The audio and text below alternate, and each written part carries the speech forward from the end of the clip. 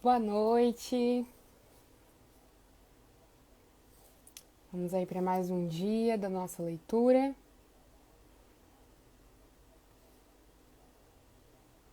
Hoje com um assunto muito importante, um assunto que chama a atenção de muitas pessoas. Boa noite, Patrícia.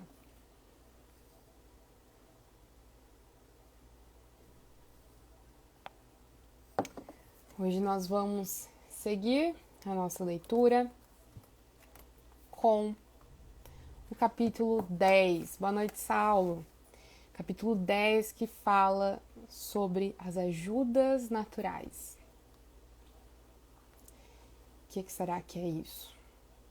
Vamos começar então a nossa leitura. Nossa leitura que hoje eu creio que nós vamos fazer somente um capítulo, como temos feito nos últimos dias, porque tem muito conteúdo e muita coisa para aprender. Vamos começar então. Capítulo 10 tem como título Ajudas Naturais. Ontem nós falamos sobre as promessas e orações. A parte 3 do livro, o livro que nós estamos estudando, né, A Depressão de Spurgeon, vem falar sobre as ajudas diárias para a depressão. E aqui, então, nós já vimos as promessas e orações, que são ajudas para nós, e agora nós vamos ver as ajudas naturais. Como sempre, a gente abre com uma fala de Spurgeon, e olha só o que ele diz aqui. Nós precisamos de paciência para sustentar a dor e esperança para suportar a depressão de espírito. Nosso Deus tornará mais leve o fardo ou mais fortes as costas. Diminuirá a necessidade ou aumentará o sofrimento.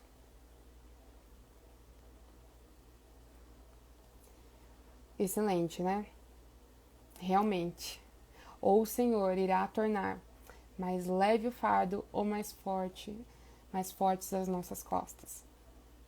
Essa é a realidade, essa é a verdade. E nós realmente precisamos de paciência. E aqui o autor Zekias Wine, vai começar a introduzir aqui o capítulo, após essa citação aqui do Charles Spurgeon, vai introduzir o capítulo com uma breve história. Ele diz assim: nós nos reunimos, formamos um círculo, todos de pé, acompanhando as paredes da sala recentemente renovada. Nossas lágrimas e soluços rememoravam o jovem veterano de guerra que pôs um fim em sua própria vida 1 ano antes, naquela mesma sala. Um a um, amigos, familiares e vizinhos disseram palavras de agradecimento por seu falecido amigo. Por meses, essa sala tinha ficado vazia. Ninguém se aventurou por ali. Dor e imaginação incomodavam e assombravam o pensamento. Afinal de contas, horrores haviam ocorrido bem ali, onde a Bíblia estava aberta sobre a mesa. Mobílias e carpetes haviam sido desfigurados e levados para fora, sem que ninguém visse durante a noite. Mas agora, 1 ano depois, a sala estava como nova mais uma vez. Velhas lembranças se deparavam com tentativas de esperança. Entramos e andamos pela sala. Choramos e oramos. A família havia pedido que eu lesse a Bíblia e lhes oferecesse algumas palavras. Poucos minutos após ter iniciado, ouvi alguém rir baixinho. Continuei lendo e explicando, e outra pessoa riu, e então outra. Comecei a me sentir desconfortável. Continuei a ler solenemente.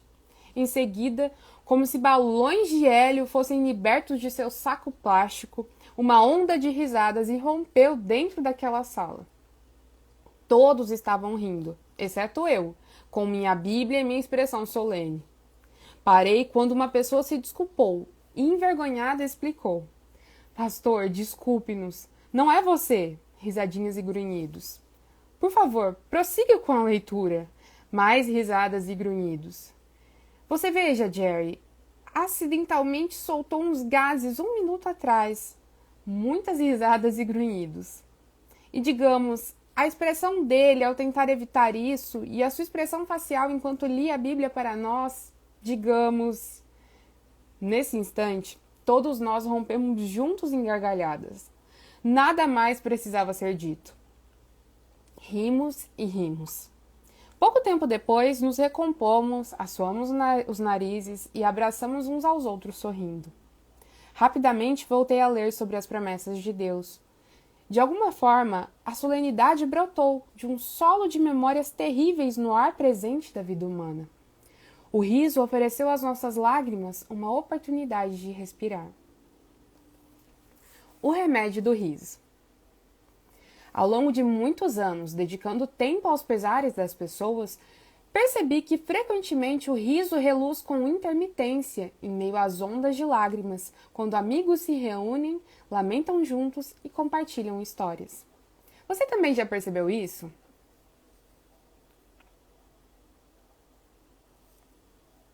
Muitas vezes, quando a gente se reúne, e até por uma circunstância difícil, quando nós estamos com os nossos amigos, nós acabamos rindo, de alguma forma. Charles cita Provérbios 17, 22. O coração alegre é bom remédio. E aplique a essa sabedoria não somente ao luto, mas à depressão. A animação carrega prontamente fardos, diz ele, que o desânimo não ousa tocar. Esse homem melancólico parecia procurar humor onde pudesse encontrar. A crítica que recebeu por seu humor no púlpito, particularmente pela coleção de anedotas humorísticas que ele reuniu no livro John Plugman Talks e pela coleção de citações e provérbios populares no livro Salt Cellar, bem como a busca intencional de Charles por bom ânimo onde pudesse encontrar, são bem descritas pelo seu amigo William Williams. Que fonte borbulhante de humor tinha o Sr. Spurgeon. Creio piamente que ri mais à sua companhia do que em todo o resto da minha vida. Ele tinha o mais fascinante dom do riso, e também tinha a enorme capacidade de fazer todos os que o ouviam rir com ele. Um dos primeiros biógrafos de Charles o comparou a Abraham Lincoln por causa da melancolia que tinham em comum e também pela introspecção de seu estado de humor. Compartilhavam uma forma de vida em que o bom humor era buscado e coletado, a fim de dar vazão a seus temperamentos e tristezas. Olha só que interessante. Esse bom humor era cultivado e ele tinha o seu lugar para que a tristeza pudesse ter uma trégua, talvez. Também podemos nos tornar coletores diários de histórias animadoras e anedotas para dar escape à nossa tristeza.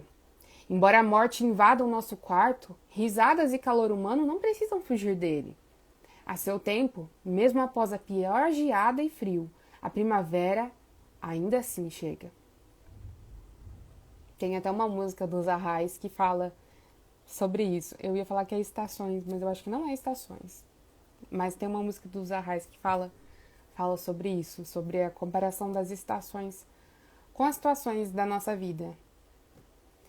Além de promessas, orações e ajuda graciosa do homem de dores, aqueles que sofrem de depressão, seja ela sazonal ou crônica, podem buscar um estilo de vida que, ao invés de agitar, acalme sua tristeza. Olha só que importante essa fala aqui do Zach Aswine. O nosso estilo de vida, ele precisa ser adequado ao momento que nós estamos vivendo. Principalmente se nós estamos em depressão. Isso precisa ser muito observado. Porque esse estilo de vida, ele precisa, ao invés de agitar, acalmar a nossa tristeza. E ele vai começar a desenvolver umas coisas muito interessantes aqui a respeito desse assunto. O mesmo Salvador que nos sustenta também nos provê uma coleção de auxílios para nosso uso. Além do humor comum, Charles resume essa coleção de auxílios como, mais do que qualquer remédio, estimulante, tônico ou preleções, recomendo horas de quietude em retiros. Vamos observar esses auxílios e seus convites para remodelar a forma como vivemos o dia. Começaremos com a sua última recomendação: horas de quietude em retiros.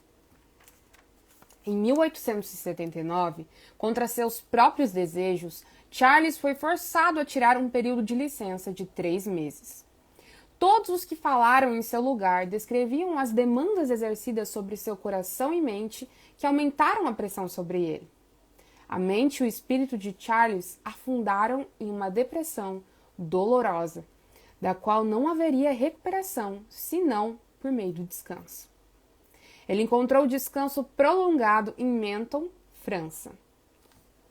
Então, olha só que interessante, né? Aqui ele descreve uma das práticas de Charles Spurgeon, que era se retirar, se ausentar do lugar onde ele vivia, né, na Inglaterra, em Londres, e ir para a França, que era ali próximo, e como ele vai dizer também mais à frente, um lugar mais com um clima diferente, um lugar onde havia mais sol. Então, ele tinha esse recurso, digamos assim. Ele tirava essas horas de quietude em retiros, ele se ausentava das suas funções quando necessário, quando ele estava em profunda depressão. Ao longo dos anos, embora muitas vezes tenha resistido ao fato de que tinha de fazê-lo, Charles organizou sua vida em temporadas anuais de exílio de inverno para aquela terra de sol e flores, a França, né? A comunhão com a natureza, como a chamava, aliviou a tristeza e a fadiga que o nevoeiro, a geada e a umidade londrinos agitavam em meio à dor do trabalho. Os dias frios e chuvosos de inverno agiram sobre a sua estrutura frágil como a atmosfera opera sobre um barômetro. Dias nublados e sombrios o deprimiam. É muito legal, muito interessante essa relação, né, entre o clima e as nossas emoções. A gente pensa que é bobeira, mas não é. Realmente existe essa relação. Dias nublados, dias frios, eles tendem a nos deixar mais recolhidos, digamos assim, mais fechados. Então, não é à toa que ele se ausentava para a França, que ele descreveu como uma terra de sol e flores. Não é à toa que ele fazia isso. Psicólogos da época recomendavam a prática de remoção de um paciente, afastando-o dos cuidados com os negócios ou das angústias familiares em seu entorno, para uma casa alegre no campo, com novas cenas, novos rostos, novos objetos de atenção e temas para reflexão. Embora tenha sido uma luta para ele, Charles também começou a se render aos limites impostos em relação ao trabalho, como dizer não às viagens extras e às oportunidades de preleções, embora isso fosse uma luta para ele. Então ele também teve que aprender a dizer não, a entender que ele devia trabalhar na obra do Senhor, é claro, ele devia servir o povo de Deus, mas ele devia entender que ele tinha os seus limites e que aquilo não dependia dele. Ele era somente um instrumento do Senhor e havia momentos em que ele precisaria descansar, cuidar do seu corpo. Olha só o que ele diz. A escolha parece estar entre ser deixado de lado muito frequentemente por conta da depressão do espírito e das dores do corpo, ou manter com constância os deveres de casa. Preferimos a segunda opção, porque esperamos que a calma comparativa possa trazer maior força para futuras tentativas. A tentativa de descanso e de encontrar uma rotina com a natureza não resultou em dias sem trabalho, então ele não ficou ocioso, com os pés para cima.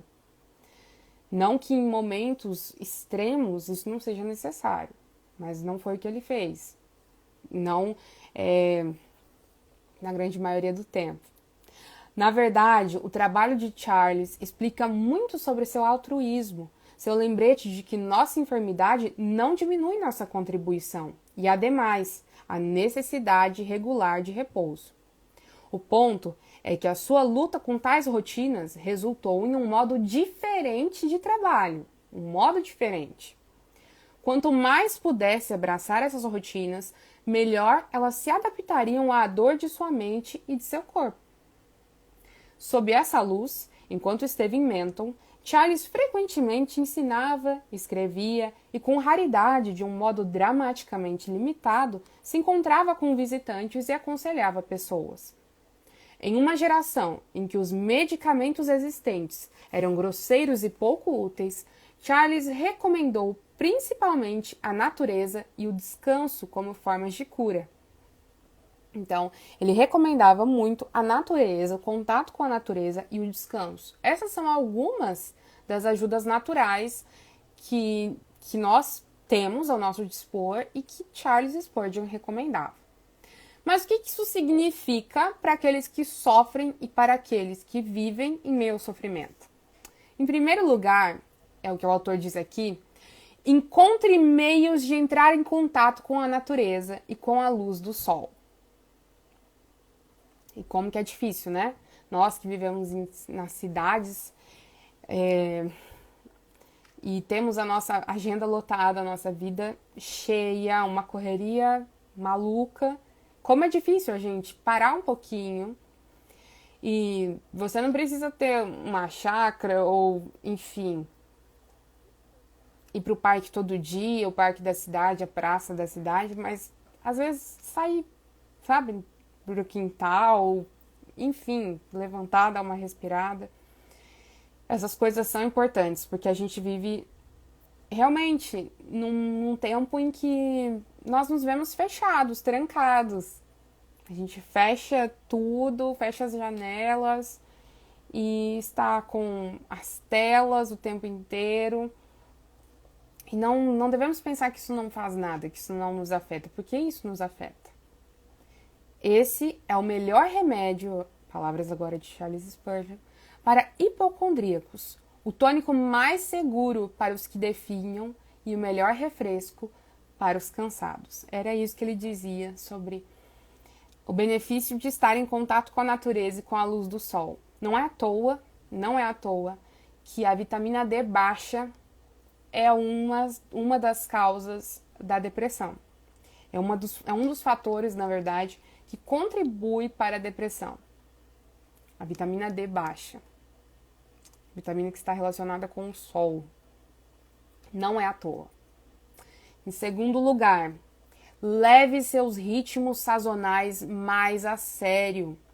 Preste atenção a como o tempo, o trabalho e o descanso funcionam em relação à sua melancolia. O descanso é o melhor, se não o único remédio para aqueles ocupados com atividades mentais e sujeitos à frequente depressão do espírito. Segundo esse critério, saiam, ó filhos da tristeza, de suas distrações habituais para uma temporada, se puderem, e aproveitem a quietude e o repouso. A congregação em Londres aprendeu a aceitar essa limitação humana de seu pastor e a abraçá-la como parte de sua vida de frutos e de ministério. Então, a congregação de Londres, a congregação de Charles Spurgeon, que ele pastoreava, aprendeu isso. Aprendeu que o seu pastor precisava se ausentar, ele precisava desses períodos de descanso, para o próprio bem deles, inclusive. E aí a gente pode parar e pensar um pouquinho também em relação aos nossos pastores. Como será que a gente fica? Será que nós somos o tipo de ovelhas que fica pressionando e que fica pensando, poxa, mas por que o pastor vai sair agora? Por que ele vai tirar férias? Por que ele vai tirar um período de descanso? A gente precisa entender que todos nós somos seres humanos e nós precisamos de períodos de descanso. Nós somos seres limitados e frágeis. E aqui entra outra questão moderna com relação a essa questão, né, de respeitar limites, os limites do seu corpo. E também o outro ponto, que é sobre a questão da limitação do trabalho, que é a síndrome de burnout. A síndrome do burnout, a gente pode pensar que é algo muito recente, talvez, pelo menos a nomenclatura. Com certeza isso já existe há muito tempo. Mas eu mesma não tinha esse conhecimento. Não tinha conhecimento do que era a síndrome do burnout. Não sabia o que era. E é uma síndrome em que a pessoa chega a um ponto em que ela se vê tão sobrecarregada, que aquilo se transforma numa doença mesmo. Por quê? Porque ela não limita as suas atividades. Ela não respeita os seus ritmos. Tem uma figurinha, tô vendo aqui se eu acho. Que tem, sabe aquela figurinha nova, não é nova, mas tem um cérebro assim, da pessoa meio que explodindo. É isso, burnout, entendeu?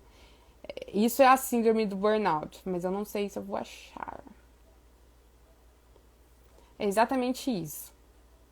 E a gente ouve muitas histórias, inclusive, de muitos pastores tendo essa síndrome, porque é tanta demanda que eles acabam realmente sucumbindo e ficando doentes mesmo. É essa figurinha aí do cérebro assim meio que, sabe, explodindo. E isso pode vir a acontecer conosco se nós não respeitarmos os limites do nosso corpo. E isso é um princípio, né? A gente cuidar do nosso corpo, porque ele é templo do Espírito Santo, porque nós somos criação do Senhor e porque o Senhor já nos deu esse princípio do descanso na guarda do dia do Senhor. A gente já tem aí o princípio do descanso. O interessante é que na Antiga Aliança, no Antigo Testamento, a gente não tinha só o período sabático aí de descanso, né, de um dia da semana. A gente tinha também a cada 7 anos a terra descansava. Então, a gente tem esse princípio é bíblico, o princípio do descanso. A gente precisa entender isso. Hoje a gente vive na era da produtividade, então quanto mais eu faço, mais valor eu tenho. Mas a produtividade, ela está relacionada ao descanso. Porque como que você vai viver e produzir se você não estiver vivo, né? E a síndrome do burnout com certeza pode levar à depressão. E é uma doença, a gente precisa tomar muito cuidado com isso, principalmente no tempo que a gente vive. Terceiro, limite o seu trabalho a algo que você possa fazer de modo saudável e divida seu dia em porções menores. Olha só que sabedoria, né?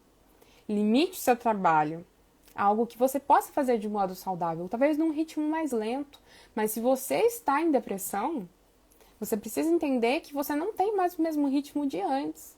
Você não pode mais andar no mesmo ritmo de antes, para o seu próprio bem, para a sua própria saúde mental. E também a questão de dividir o dia em porções menores. Ele vai falar muito sobre isso. A melhor coisa do mundo quando você está nervoso e perturbado é viver por períodos delimitadamente curtos. Viver a cada dia, ou melhor ainda, a cada momento. A gente precisa ter esse entendimento, porque a gente, por conta da ansiedade também, a gente acaba pensando demais no futuro. E o que será do dia de amanhã? Como será o dia de amanhã? Eu acho que eu não vou conseguir mais viver. É aí que a gente precisa parar um pouquinho e ter pessoas também ao nosso lado que nos lembrem disso. Basta cada dia o seu próprio mal. Vive agora. Olha, não vive nem o hoje, vive esse momento aqui. Luta por esse momento, luta por esse momento. O próximo a gente vê depois. O próximo é o próximo é o futuro. O próximo você não tem controle. A gente precisa pensar nisso também. Às vezes, isso nos causa dor, e há aqueles que vivem conosco, mas nós sofredores não conseguimos manter a velocidade que a eficiência e os outros requerem de nós, ao menos não por muito tempo. E aí que entra a questão da paciência com quem está sofrendo, que é algo tão difícil. É algo muito difícil. É ter paciência com quem está sofrendo. Especialmente alguém que está sofrendo de depressão. Porque essa pessoa, ela vai ter um ritmo mais lento. Então você vai precisar de muita paciência para lidar com essa pessoa. Nós nos demoramos mais e prosseguimos mais devagar em tudo. Estrategicamente de acordo com nossa força, que é pouca, quase nula. Entretanto, esse ritmo torna viável o que de outra forma não seria, e produz frutos que de outra maneira não seríamos capazes de produzir. A vida melancólica prospera quando se assemelha a uma maratona em vez de a uma corrida de velocidade. A gente tem que entender isso. Isto é, quando corremos com explosão em uma corrida de velocidade, apenas necessitaremos descansar mais frequentemente. Você não precisa mais tentar fazer o máximo de todas as coisas da maneira mais rápida. Resistir a isso é ter temporadas de descanso nos momentos em que a nossa natureza está sob colapso. Nós precisamos resistir a isso, a tentar viver uma corrida. A gente precisa entender que a nossa vida, quando nós estamos em depressão, ela é uma maratona. A gente vive assim, ó, um passo de cada vez, sabendo que vão ter muitos obstáculos, sabendo que a estrada ainda é longa e que não adianta correr. Não adianta correr loucamente, a gente precisa entender isso. Natureza e descanso não são os únicos medicamentos. E aí a gente vai entrar nos medicamentos, os polêmicos medicamentos. As substâncias químicas utilizadas na depressão têm nomes como amitriptilina, nomes difíceis, maprotilina, doxipina, cloridrato de desipramina, fluoxetina, carbonato de lítio, alprazolam, bupropiona, transilpromina, nomes lindos assim, feneuzina, cloridrato de sertralina, escitalopram ou metilfenidato. Todos esses nomes aí de medicamentos, de substâncias químicas utilizados para o tratamento da depressão. Talvez se você faz uso de medicamentos, então você vai se lembrar aí de algum nome. Na vida de Charles, fármacos para a melancolia também existiam, né? Charles Spurgeon era um pastor do século XIX. Na vida dele já existiam medicamentos. Tais drogas também possuíam nomes como tártaro de antimônio, calomelano, morfina, ópio e láudano. E se você falou assim, ópio, pensou, ópio? Ópio é um entorpecente. É um entorpecente. Um entorpecente que era usado como remédio. Em muitos casos. Laudano também, eu acho. Ou láudano, não sei direito. Láudano, ele também era usado, se eu não me engano, eu não sei se ele é um opiáceo, que ele é um derivado, né, de ópio, ou se ele também é um entorpecente. Que eu sei que ele é um entorpecente, mas enfim. Mas a questão é, sim, os pacientes em depressão eram medicados muitas vezes com opiáceos. O que Charles tomou para sua depressão, se é que tomou algo, é desconhecido para mim. Ele normalmente falava sobre opiáceos ou láudano como uma metáfora para aspectos negativos e prejudiciais na vida espiritual. Contudo, o que sabemos com certeza é que quando Charles menciona medicamentos, ele nos ajuda em nosso semelhante sofrimento de pelo menos 3 formas. Vamos observar aqui como ele nos ajuda a pensar sobre essa questão dos medicamentos. Primeiro, muita atenção aqui, porque agora começa a ficar mais e mais importante, cada vez mais importante. Primeiro, ingerir medicamentos é um ato sábio de fé, não de descrença.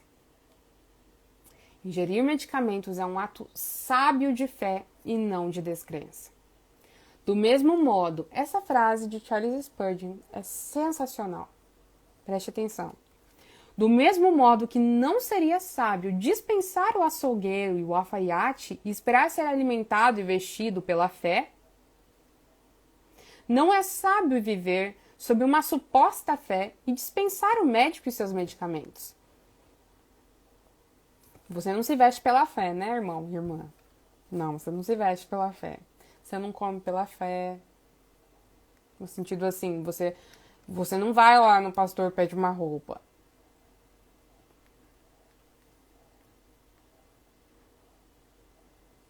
Nem no pastor e pede uma carne. Você vai ao médico e busca medicamentos. Ah, então a gente tem que ignorar a fé, tem que ignorar o tratamento pastoral, por exemplo. Não. E ele vai falar sobre isso ainda neste capítulo. É essencial. Só os medicamentos não bastam, de maneira alguma. Mas essa ideia de que eu não vou tomar porque eu tenho fé, não vou tomar medicamentos porque eu tenho fé, se a gente pensar um pouquinho logicamente, a gente vai ver que isso é bobeira. Isso é algo ridículo. A gente precisa mudar um pouquinho a nossa mentalidade. Fazemos uso de medicamentos, mas esses não podem fazer nada fora do Senhor, que cura todas as nossas doenças. A gente precisa pensar e nos lembrar que o Senhor tem os seus instrumentos e as suas ferramentas, que ele escolheu usar. Ele escolheu usar os médicos.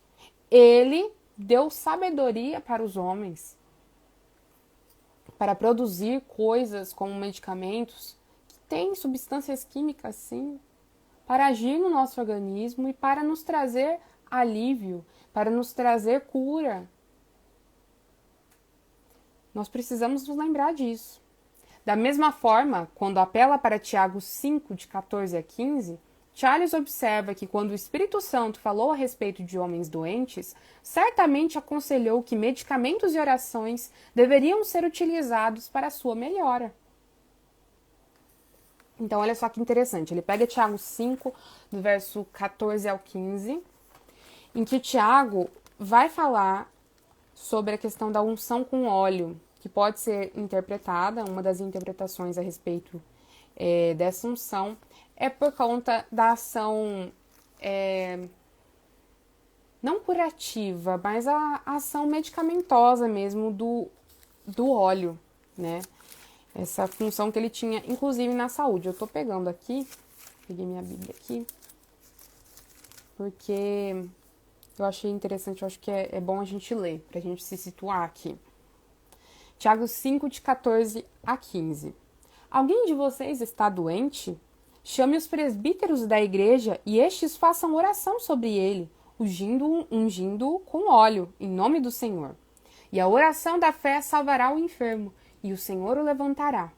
E se houver cometido pecados, estes lhe serão perdoados. Então aqui é a questão da unção com óleo. E ele usa esse versículo aqui, debaixo da orientação aí do óleo, como uma substância boa para a saúde, digamos assim, que fizesse bem à saúde, tivesse até um certo poder aí de alívio de certas doenças.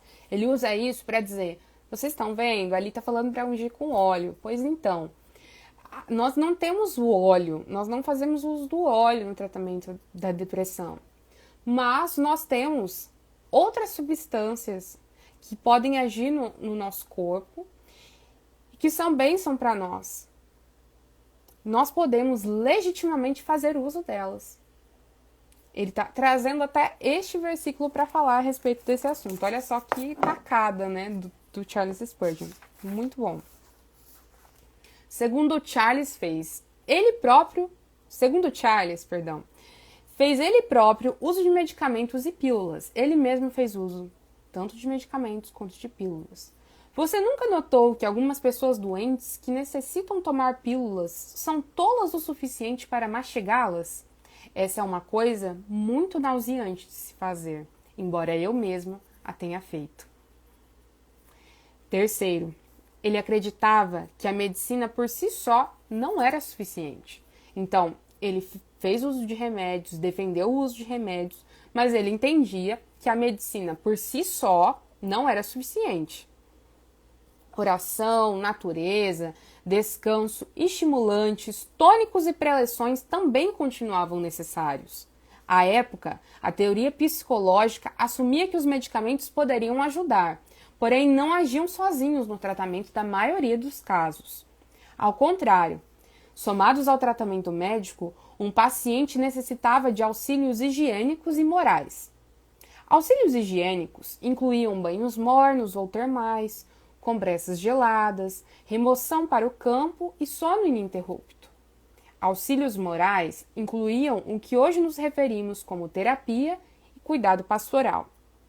A experiência da maioria dos pacientes evidenciou essa necessidade de um tratamento de múltiplas abordagens. Múltiplas abordagens. Mais uma vez, a questão da gente levar em conta o nosso corpo e a nossa alma no tratamento. Então, o que ele dizia? Junto ao tratamento médico, a gente precisa desses outros auxílios. Precisamos do contato com a natureza, precisamos de banhos mornos, termais, o benefício, né, que esses banhos tinham. Mais à frente ele vai falar mais a respeito disso. E também do cuidado pastoral e da terapia. A gente precisa disso para o tratamento dessa doença, que é a depressão. Tudo isso precisa estar junto, não pode estar separado. Quando a gente separa isso, aí acaba gerando problemas. Porque se eu priorizo somente uma parte da abordagem que eu tenho que ter com essa doença, eu vou desprezar a outra e, consequentemente, vou estar desprezando uma parte daquela pessoa. Então, eu não posso ficar só com a medicina, eu não posso ficar só com o cuidado pastoral, eu não posso ficar só com a terapia, eu não posso ficar só com o contato com a natureza. Eu preciso levar tudo isso em conta. Tudo isso. Nos dias de hoje, as medicações avançaram dramaticamente. Todavia, enquanto essas drogas oferecem ajuda substancial, alguns pacientes com depressão crônica podem se cansar de se sentirem acorrentados por anos aos remédios.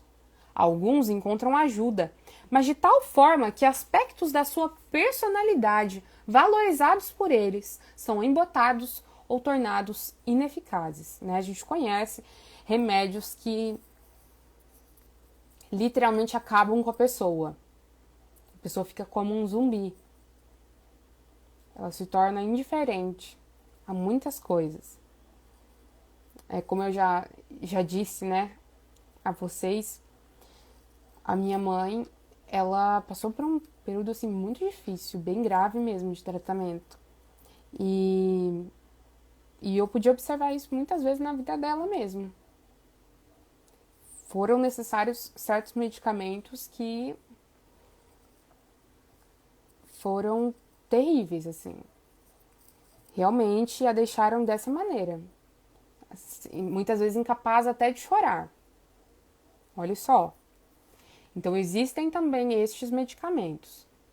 Outros declaram que a medicação não parece ajudá-los de forma alguma. Em suma, medicamentos para nossas enfermidades do corpo e da mente são um auxílio e um dom. Mas mesmo nossos melhores medicamentos permanecem limitados.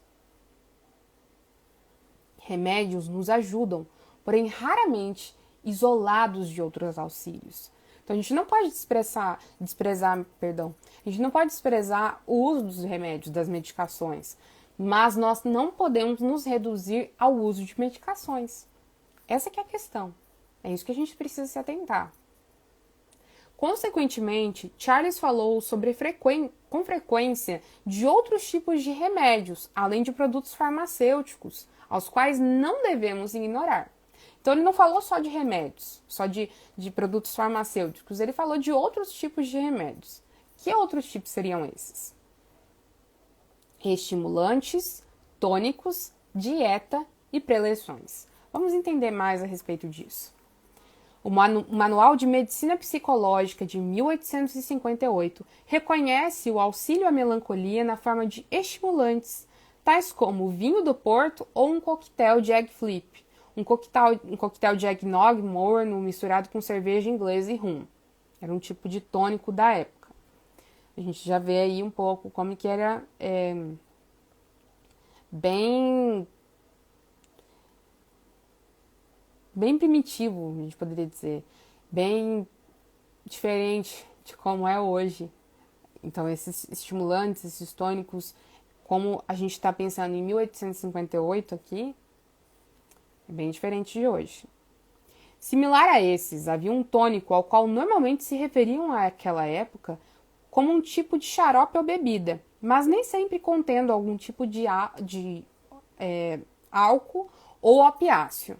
Então, nem todos os tônicos, nem todos os estimulantes tinham opiáceos, derivados de ópio, que é um entorpecente, ou álcool, mas muitos tinham.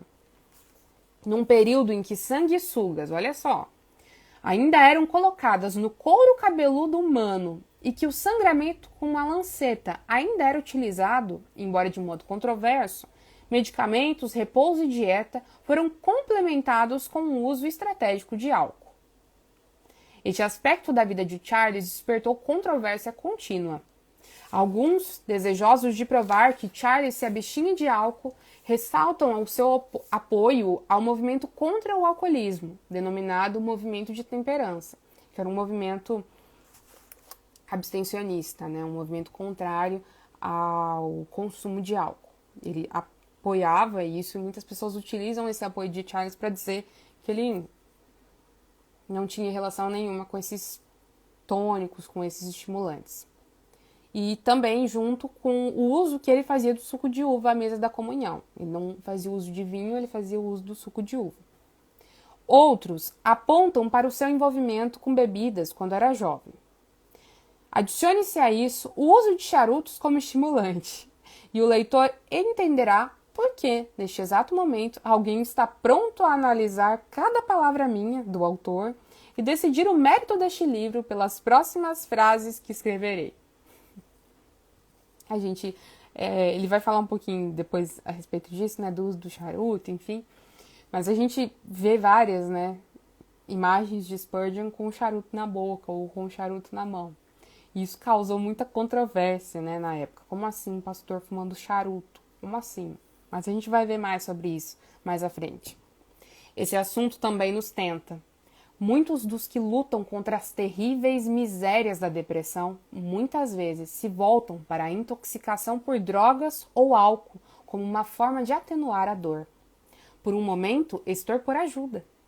Mas ao longo do tempo, a adição do vício à depressão só aumenta a dificuldade e a luta.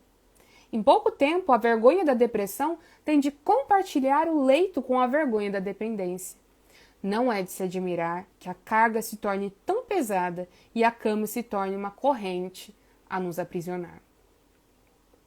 Então a gente pode ver, talvez você conheça pessoas assim, pessoas que em meio à depressão, em meio ao desespero, se apegaram ao álcool, se apegaram às drogas, como fugas. Nesse tempo de depressão, a gente tem esse sentimento de fuga, de desejo de sumir mesmo. E isso pode ser feito sem sair do lugar. Basta 1 litro de bebida alcoólica, basta droga. Então a gente tem essa realidade. Mas a gente tem, por outro lado, uma realidade de que isso só aumenta a dor, de que isso só piora tudo. Porque aí a gente não tem só a depressão, a gente não tem só a doença. A gente tem a vergonha, a culpa, o vício, tudo isso junto misturado. Olha só que terrível. Dada a quantidade de miséria física e mental que Charles vivenciou em meio a um contexto limitado de auxílio médico, não é de se espantar o uso apropriado de estimulantes e tônicos. Em contraste com os opiáceos e com o láudano, que usou apenas em termos negativos, Charles utilizou regularmente estimulantes e tônicos como metáforas para descrever aspectos positivos da vida cristã, como avivamento e encorajamento. As palavras estimulante e tônico, portanto, não ofendiam intrinsecamente a si mesmo ou aos seus ouvintes batistas à época. Então, ele não fez uso de opiáceos, como o láudano, que era um opiáceo, o livro acabou de mostrar isso, mas ele fazia uso de outros estimulantes, de outros tônicos. E isso não era para ele motivo de escândalo, nem para os membros da sua congregação. De maneira alguma, eles serviam como uma outra espécie de medicamento. É isso que a Patrícia está falando, tem um efeito anestésico, né? Temporário, a questão da bebida, das drogas. Anestesia a dor temporariamente. É por isso que a gente vê pessoas que enchem a cara, no outro dia se lembram de toda a desgraça que elas vivem, enchem a cara de novo para esquecer tudo de novo. E vão de miséria em miséria, de queda em queda. Outros tipos de estimulantes e tônicos existentes eram aceitáveis e vistos positivamente. Eu achei legal aqui. O Saulo acabou de comentar do caso de Paulo indicando Timóteo a tomar um pouco de vinho para a dor no estômago. Olha só, a gente estava falando aqui de 1800 e pouquinho, que era o momento em que Charles Spurgeon vivia. Agora, veja bem, se já era tão escassa a possibilidade de ter medicamentos apropriados, imagine na época de Paulo. Imagine só. Com certeza era muito pior a situação. E a gente tem que pensar que existem sim substâncias ativas, existem benefícios, especialmente o vinho, por exemplo, que a gente sabe que faz bem para a saúde. E por isso que Paulo indica Timóteo a tomar um pouco de vinho, muito bem colocado aqui pelo Saulo. Por isso que Timóteo indica tomar um pouco de vinho para dor no estômago. Ele indica. Por quê? Porque ele tinha uma ação benéfica. Ele tinha uma ação curativa, digamos assim. Então, a gente tem que ter assim, muito equilíbrio, muito cuidado, muito discernimento para lidar com essas questões. Muito discernimento e não é uma coisa simples de dizer, é algo muito delicado. A gente tem que tomar muito cuidado. Charles fez uso de estimulantes medicinais receitados por médicos. Em 1892, o irmão de Charles, James, escreveu: "Posso lhe assegurar que meu irmão Charles foi e permaneceu até sua morte sendo um abstêmio de bebidas fortes de caráter inebriante." Então ele não fazia uso de bebidas fortes. "Não tenho dúvidas de que os médicos possam ter lhe dado alguma forma de estimulante, e em tais circunstâncias ele iria tomar qualquer medicamento prescrito. Mas, caso contrário, nunca tomou nada nesse formato ou tipo. Quem quer que diga que ele o fez, fala erroneamente." Então, Charles Spurgeon, ele fazia uso de tônicos, de estimulantes, de medicamentos, mas ele não escolheu o álcool ou a embriaguez como sua maneira de lidar com os problemas. Muitos foram e têm sido picados pelo vazio deixado por tais substâncias. Realmente, picados mesmo, como uma víbora, né, como a gente vê lá em Provérbios. Embora durante algum tempo elas, na verdade, essas substâncias, tenham entorpecido a sua dor, a dor dessas pessoas, também lhes roubam outras alegrias. Por outro lado, o uso responsável e medicinal de estimulantes em medida correta se provou uma ajuda para Charles e pode, de igual modo, sê-lo para nós. O uso responsável e medicinal. Antes que eventualmente parasse com a prática, e aí entra aí a polêmica do charuto, Charles fez uso de charutos de maneira semelhante. "Quando encontrei alívio para a dor intensa, um calmante para o cérebro cansado e um sono refrescante e calmo obtido por um charuto, me senti grato a Deus e bendisse o seu nome." Charles Spurgeon bendia o nome do Senhor pela existência do seu charuto. Pasmem-se, senhores. Era isso que ele fazia. A gente vê aqui o autor comentando que ele eventualmente parou com essa prática, né? Ele fez uso de charutos também. Mas aqui eu sei que entra, poxa, mas Charles Spurgeon fumava charuto. Como assim? Tem essa questão, né? Que a gente tem bastante dificuldade. Mas eu acho que a gente precisa colocar algumas coisas quando a gente se dá conta disso. A gente precisa se lembrar que o charuto, especialmente o charuto daquele tempo, é completamente diferente do cigarro cheio de nicotina que a gente tem hoje. Completamente diferente. Tanto na questão do poder de vício, quanto nos danos à saúde. Então a gente precisa fazer charuto para a glória de Deus, exatamente, Patrícia. A Patrícia comentou aí, e tem uma fala em um documentário do Charles Spurgeon, que é o mesmo que eu coloquei um trechinho aqui, aqui no feed, documentário Sob os Olhos de Spurgeon. Acho que é assim o documentário, hein? Eu acho que é assim. Através dos olhos de Spurgeon. Nesse documentário, ele vai falar um pouquinho sobre a polêmica do charuto, e ele vai falar que uma pessoa, inclusive, acusou Charles Spurgeon por conta disso no próprio púlpito do Spurgeon. E ele, no púlpito, falou que ele ia chegar em casa e fumar um charuto e dar glória a Deus por isso. Olha só. A gente ri, né? Mas deve ter sido bem... Assim, as pessoas devem ter ficado bem chocadas, talvez. Apesar de que o charuto era uma prática social aceitável, de certo modo, né, naquela época. Mas a gente tem que pensar em tudo isso, levar tudo isso em conta quando a gente pensa nessa polêmica de Spurgeon com o charuto. Com certeza isso trazia alívio para ele, de uma certa forma. A gente tem que se lembrar da diferença entre o charuto e o cigarro.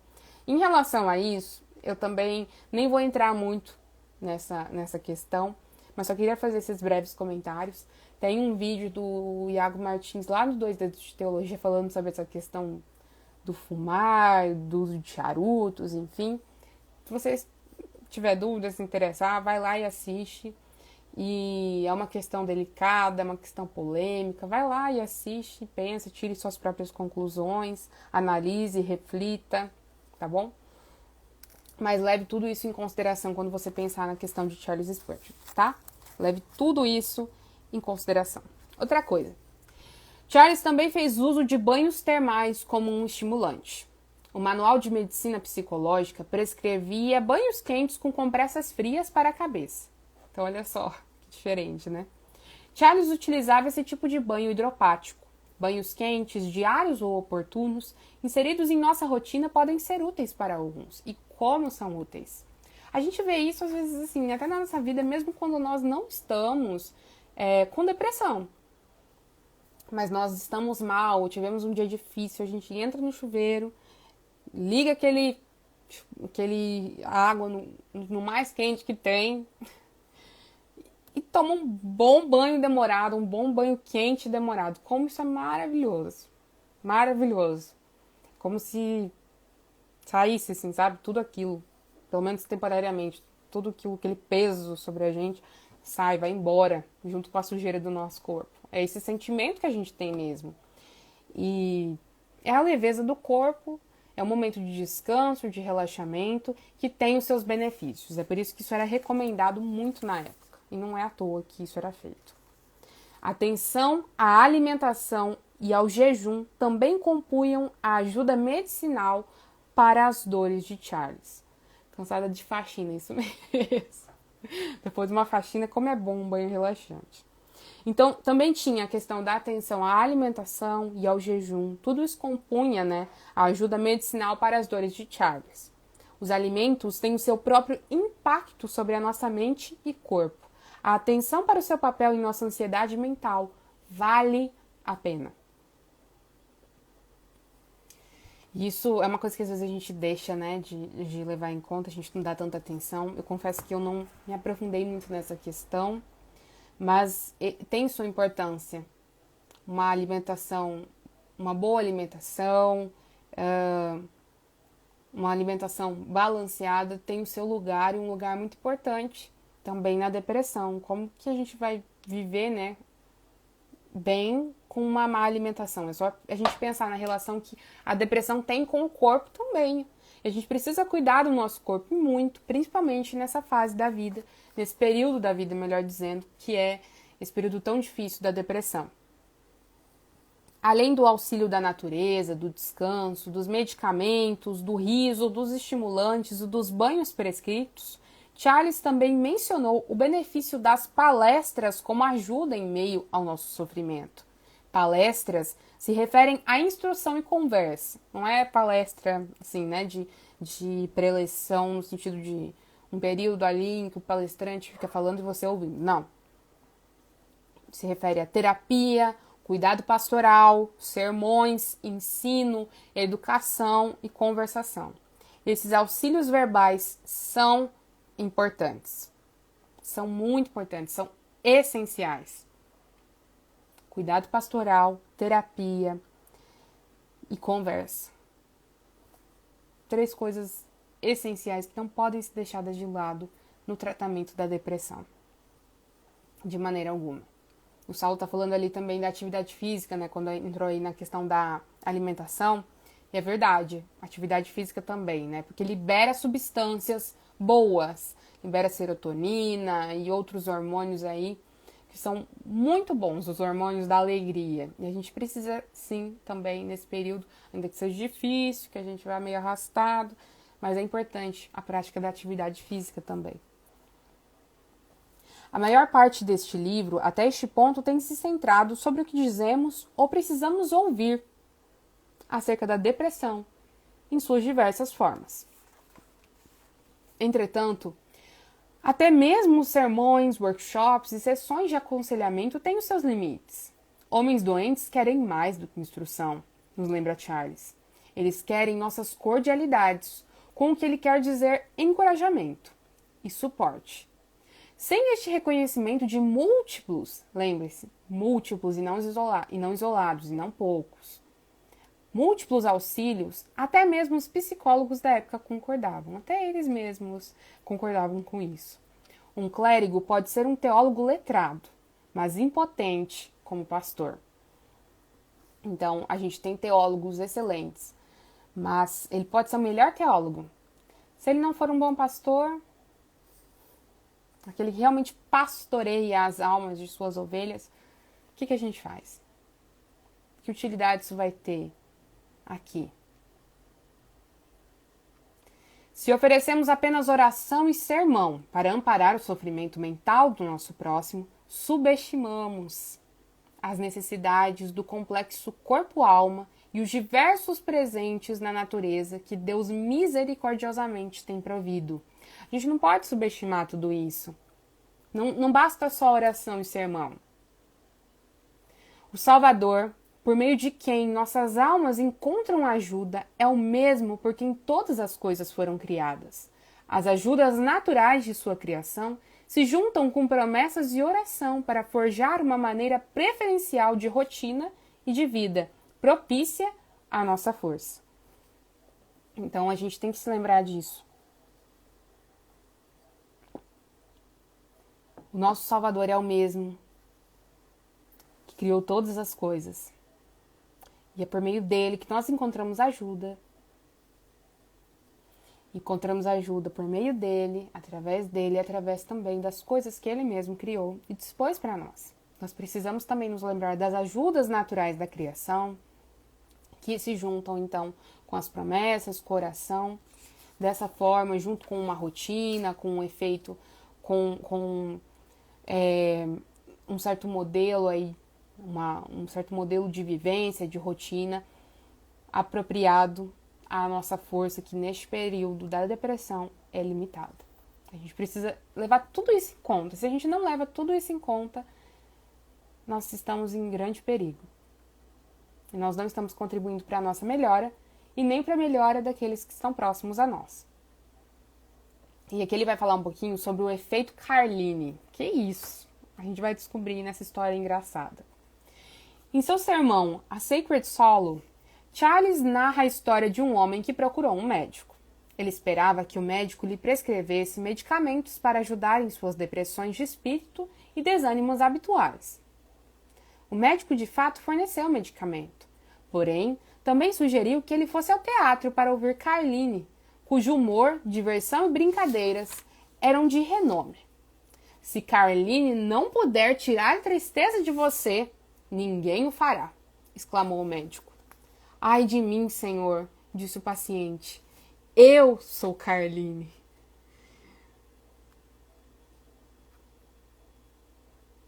Olha só. Ai de mim, senhor. Eu sou Carline. Então ele estava recomendando a ele que fosse assistir uma peça de teatro humorístico. Ele falou, olha, se aquele cara ali não conseguir curar a tua tristeza, não sei quem pode fazer. Ele falou, meu senhor, eu sou esse cara. Esse cara sou eu. E agora? Bom, uma história apenas para ilustrar aqui. Como não são só os medicamentos que precisam agir. Medicamentos, bom humor, descanso, natureza, banhos, dieta, planejar nossos dias de acordo com os nossos limites. Isso é tão importante. Planejar os nossos dias de acordo com os nossos limites, terapia e aconselhamento pastoral, tudo isto nos é dado para nosso auxílio e nos oferecem grande ajuda. Aprendemos a alterar e a reorientar nossos dias em torno do uso sábio desses bons presentes. Às vezes, Charles lutou e resistiu a eles.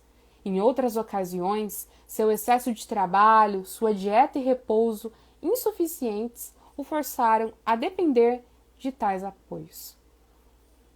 Entretanto, essas ajudas não podiam funcionar por si só.